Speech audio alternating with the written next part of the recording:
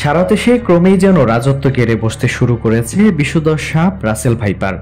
কিছুদিন আগেও এই সাপের বিচরণ শুধু চরাঞ্চলে থাকলেও এখন লোকালয়ে দেখা মিলছে, ফলে এলাকা জুড়ে আতঙ্ক বিরাজ করছে। সাপ পিটিয়ে মারার ছবি ও ভিডিও সামাজিক যোগাযোগ মাধ্যমে স্থানীয়রা পোস্ট করছেন নিয়মিত।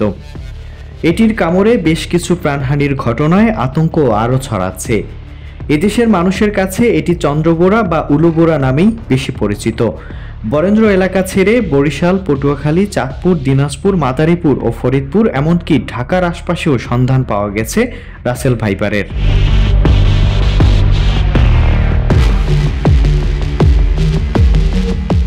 কতটা ভয়ঙ্কর এই রাসেল ভাইপার বা চন্দ্রবোরা সাপ?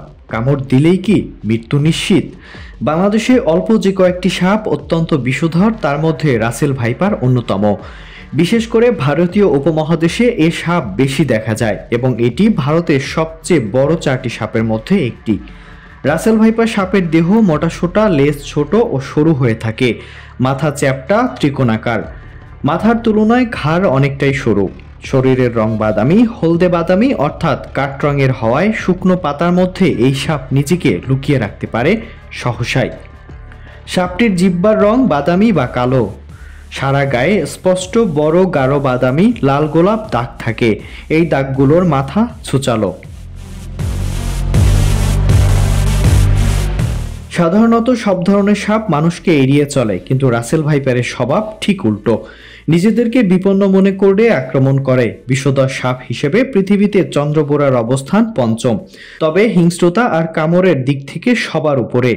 আক্রমণের ক্ষেত্রে এটি এত ক্ষিপ্র যে 1 সেকেন্ডে 16 ভাগের 1 ভাগের সময় কামড়ে পুরো প্রক্রিয়া শেষ করতে পারে। এরা প্রচণ্ড জোরে জোরে হিসিস শব্দ করতে পারে।